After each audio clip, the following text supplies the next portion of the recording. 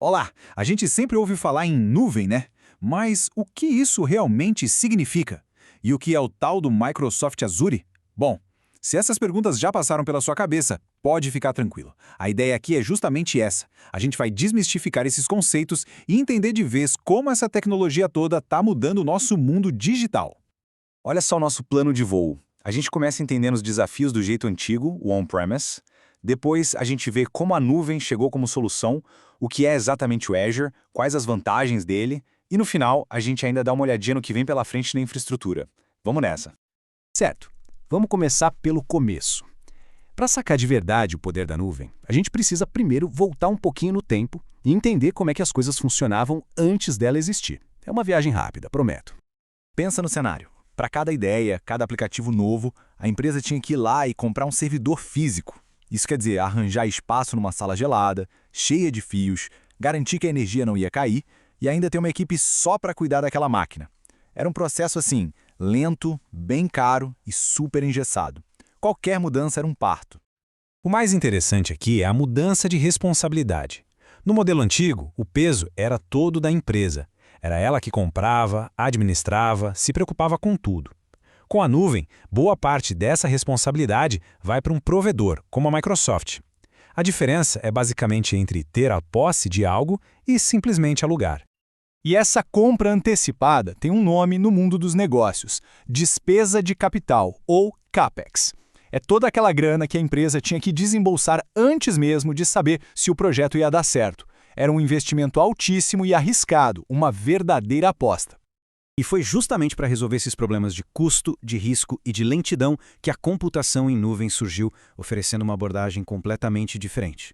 A definição pode parecer técnica, mas a ideia por trás é bem simples. Em vez de construir o próprio data center, a empresa aluga um pedaço do data center de gigantes como a Microsoft e acessa tudo pela internet. Pensa assim, é como trocar um gerador de energia que fica no quintal de casa pela rede elétrica da cidade. É muito mais prático e o pagamento é só pelo que se consome. E essa evolução não foi da noite para o dia. Primeiro, a gente tinha um servidor para cada projeto. Depois, veio a sacada de dividir um servidor físico em várias máquinas virtuais, as VMs, para otimizar o uso. O passo seguinte foram os containers, que funcionam como pacotinhos que levam um aplicativo e tudo o que ele precisa para rodar em qualquer lugar. E o estágio mais recente é o serverless, ou sem servidor, onde nem se pensa mais em máquinas e o pagamento é feito só pelos milissegundos que um código está rodando. É incrível.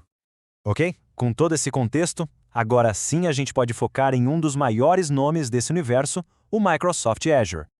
De forma bem direta, Azure é a plataforma de nuvem da Microsoft. É um catálogo gigantesco de serviços que vai do básico, tipo alugar um servidor virtual, até coisas super avançadas, como inteligência artificial e internet das coisas. E o nome, que significa azul celeste, é uma bela metáfora para esse céu de possibilidades. Legal, mas na prática, por que uma empresa escolheria usar o Azure em vez de continuar com seus servidores no escritório? Vamos dar uma olhada nos benefícios mais importantes. Cada um desses pontos ataca uma dor do modelo antigo. O custo vira uma despesa operacional, paga-se pelo uso, a escala se torna global, dá para lançar um serviço na Europa em questão de minutos. Mas a realidade hoje é que muitas empresas têm um pé em cada canoa, parte na nuvem, parte nos seus próprios data centers. É o chamado ambiente híbrido. E é aí que entra uma ferramenta fantástica chamada Azure Arc.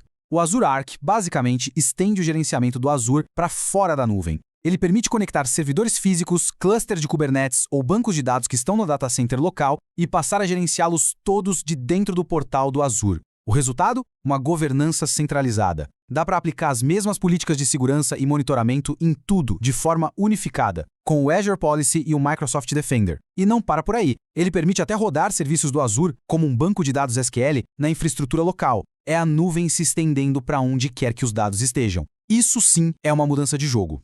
E para a gente fechar, é fundamental entender que a nuvem não é só sobre mudar o endereço dos servidores. É uma mudança profunda na nossa forma de pensar e de gerenciar a tecnologia. E isso nos leva a um dos conceitos mais poderosos que surgiram com a nuvem, a infraestrutura como código. Pensa só, em vez de uma equipe ir lá e montar servidores fisicamente, agora um desenvolvedor escreve um arquivo de texto, um código, que descreve toda a infraestrutura necessária. Quer criar um ambiente idêntico em outro continente, é só rodar o mesmo código. Isso traz uma agilidade, uma consistência e uma automação que eram simplesmente impensáveis no modelo antigo. E essa é a pergunta que fica no ar. Quando a base da tecnologia se torna tão flexível, tão rápida e tão poderosa, as barreiras para inovar praticamente desaparecem. A nuvem não é o destino final, sabe? Ela é a plataforma, a base sobre a qual as próximas grandes revoluções da tecnologia vão ser construídas. O que vem por aí? Bom, agora o limite é a nossa imaginação.